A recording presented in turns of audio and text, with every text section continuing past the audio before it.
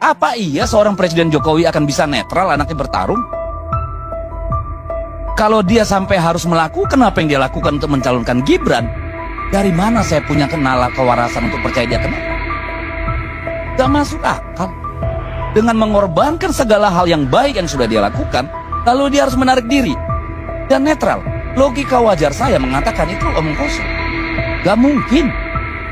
Jadi hari-hari ini saya kira ini bukan cuma problem PDI Perjuangan atau kubu Ganjar Pranowo. Ini persoalannya Fahri juga di dalamnya. Dan belum tentu mereka happy dengan situasi ini saya kira. Kalau mereka masih punya nurani. Tidak akan ada yang masih bahagia dengan situasi ini. Tapi karena nama saya disebut nih Bang, saya interupsi sedikit lah. Ya sebentar habis inilah sebelum diinterupsi. Karena apa? Belum pernah kekuasaan dipertontonkan sevulgar ini. Belum pernah Pak. Dalam catatan mana. Dan Pak Jokowi masih punya waktu mengembalikan rel demokrasi kita ini dengan cara yang benar. Kalau dia mau orang-orang seperti saya tidak meragukan pemilu ini jurdil, ya udah cutilah, libur dulu ke luar negeri. Biarin tuh Pak Wapres jadi presiden, dia cuti dulu, matiin HP, baru kita percaya. Ada harapan untuk kita percaya, meskipun kita tahu sekarang petinggi-petinggi kroni dia, sama-sama dari Surakarta semua. Dan kayak gini kita masih mau percaya. Saya nggak tahu. Ini kita sedang mengalami bukan hanya stagnasi, ini dekadensi. Kalau Bung Fahri tidak sampai terganggu nuraninya soal ini, saya nggak tahu lagi. Baik. Apakah masih mau bersalaman dengan dia pada hari yang akan datang?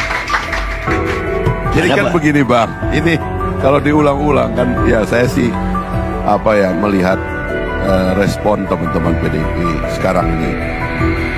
Kita dulu berharapnya ini dilakukan di 2015 gitu, atau 2020 lah paling tidak gitu. Kan itu yang tidak ada Bang. Saya Google barusan bahkan menulis buku tentang prestasi-prestasi Pak Jokowi, tentang hukum dan HAM dan sebagainya. Ya, ada di Google tuh. Dan terkait MK ini kan sebenarnya Mbak Puan mengatakan PDIP akan mencalonkan Gibran kalau MK memutuskan dia memenuhi syarat.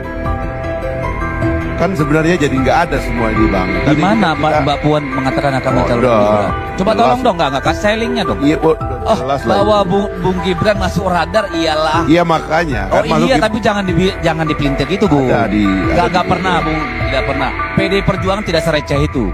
Dua-dua calonnya presiden, wakil presiden PDI Perjuangan. Iya. Kita percaya negara gotong royong Pak. Jadi tidak mungkin Mbak Puan keluarkan statement kalau Gibran lolos MK akan mencalonkan dia. Iya, itu tidak jadi mungkin. maksudnya gini lah Bung Deddy.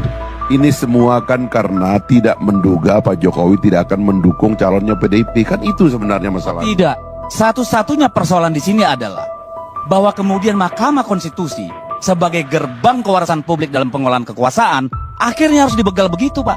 Kalau itu bukan Gibran dengan cara yang seperti itu, tidak akan ada pernah persoalan. Kita biasa menang kalah kita sudah alami Pak. Jadi jangan dibuat narasi seolah-olah karena Gibran enggak. Kalau tidak ada persoalan Mahkamah putusan perkara nomor 90, siapapun wakilnya tidak masalah.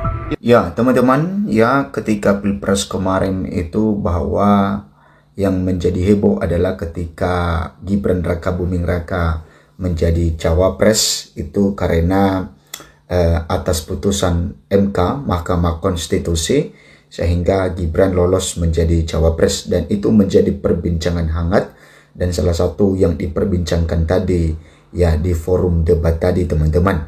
Dan di akhir tahun 2024 teman-teman, maka ada salah satu media internasional yang merilis dan memasukkan nama Presiden Joko Widodo yaitu Presiden Indonesia ke-7 masuk dalam daftar terkorup dunia. Dan ini menjadi salah satu ya kepercayaan dunia kepada Indonesia menurun. Kenapa? Karena tentu kalau Pak Jokowi dijuluki sebagai terkorup masuk dalam daftar terkorup dunia, maka tentu karena Pak Jokowi adalah pemimpin Indonesia, negara Indonesia, maka ya pandangan-pandangan ya negara-negara lain itu, maka ya Indonesia ini ya sudah parah tentang korupsi. Ya, kenapa? Makanya ya sangat susah sekali mungkin itu juga yang menimbulkan susahnya investor-investor luar negeri itu bisa berinvestor ke IKN, karena mereka takut ya, karena tentu ya seluruh dunia mengetahui bahwa pemimpin Indonesia ya atau mantan pemimpin Indonesia Joko Widodo adalah ya terkorup. Nah, jadi itu yang menjadi heboh di akhir tahun kemarin, teman-teman.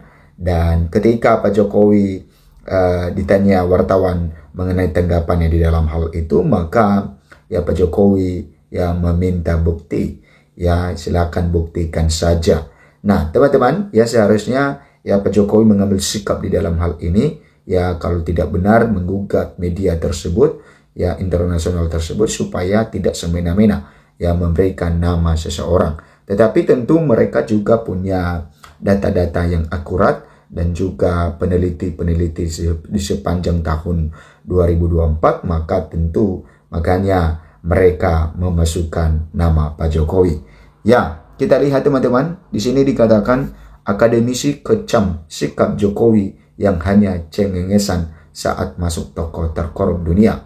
Kumuh sekali. Nah, ini para akademisi ya angkat suara di dalam hal ini ya, dan mereka mengecap atas sikap dari Pak Jokowi. Kenapa? Karena seakan-akan ya Pak Jokowi biasa-biasa saja. Ya, padahal itu mempertaruhkan nama negara, karena Pak Jokowi adalah mantan presiden dan tentu itu sangat mempengaruhi juga tentang kepercayaan di pemerintahan Prabowo oleh negara-negara yang lain.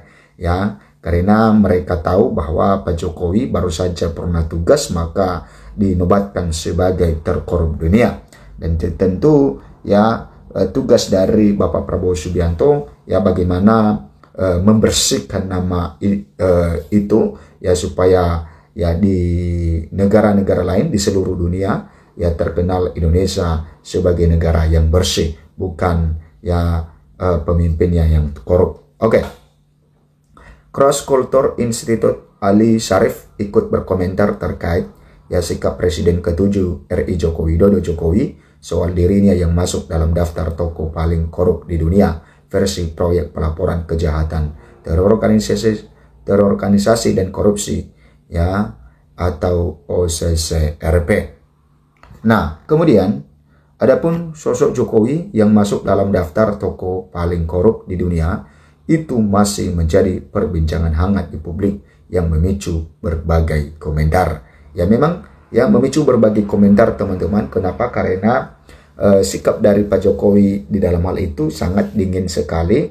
Nah, jadi karena tidak ada perlawanan ya terhadap media tersebut, maka tentu negara-negara lain menganggap bahwa itu hal yang benar ya, sudah dilakukan, sudah terjadi. Jadi padahal Pak Jokowi membantah hal itu, katanya dibuktikan saja.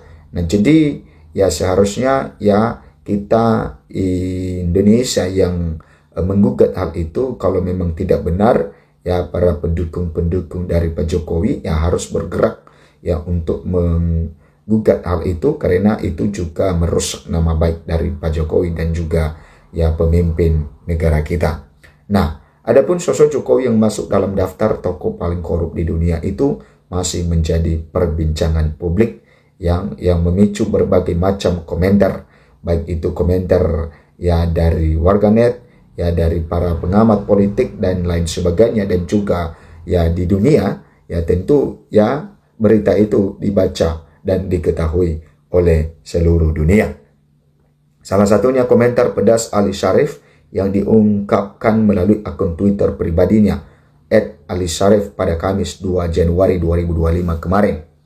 Nah, apa yang dikatakan oleh Ali Syarif ini teman-teman tentang komentarnya itu ya, dalam komentarnya Ali menilai sikap mantan Gubernur DKI Jakarta atau mantan presiden itu dan wali kota Solo itu sangat kumuh menanggapi hasil investigasi OCCRP itu. Ya, saat ditanya soal sosoknya yang masuk tokoh paling korup di dunia, Jokowi sendiri hanya diam dan tersenyum kecut saja.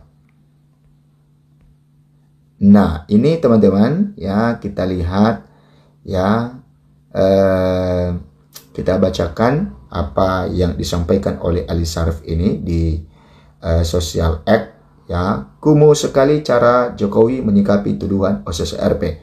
Ia hanya cengengesan di depan rumahnya. Sejatinya sebagai tokoh besar, setidak-tidaknya ia menggelar konferensi pers secara resmi, lalu keluarkan argumen yang logis bisa diterima oleh kalangan internasional.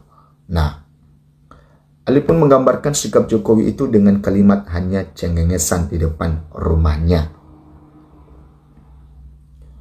Bagi Ali, seharusnya sebagai tokoh besar, Jokowi bisa mengklarifikasi dengan menggelar konferensi pers yang resmi. Kemudian lanjut Ali, Jokowi bisa menepis hasil investigasi itu dengan argumen yang logis dan diterima di kalangan internasional. Ali membeberkan sebagai rakyat dirinya ikut malu dengan sikap Jokowi yang tidak menanggapi hasil investigasi OSIS RP dengan baik. Kumuh sekali, ya, seperti yang disampaikan tadi teman-teman. Alhasil komentar Ali Sarif ini langsung menuai sorotan dan menjadi pro kontra dari netizen di jagat maya. Ada yang membela Ali dan ada juga yang menyangkalnya.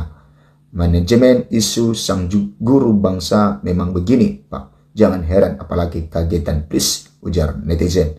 Mau di rumah atau mau di istana, kapasitasnya gak nyampe ke sana, Pak, tulis netizen. Keren dia, gak penting banget baginya respon serius. Artinya dia sangat demokratis, bisa mengendalikan emosinya dituduh yang dia gak merasa berbuat. Gak baperan, patut dicontoh Gen Z. Ya, tutur netizen. Nah, cuma jawab, buktikan sambil cengengesan, gak ada malunya, nama mendunia, jelas netizen. Nah, berbagai macam komentar di dalam hal ini teman-teman, tentang menanggapi bahwa masuknya Pak Jokowi sebagai tokoh terkorup dunia. Sampai jumpa di video berikutnya.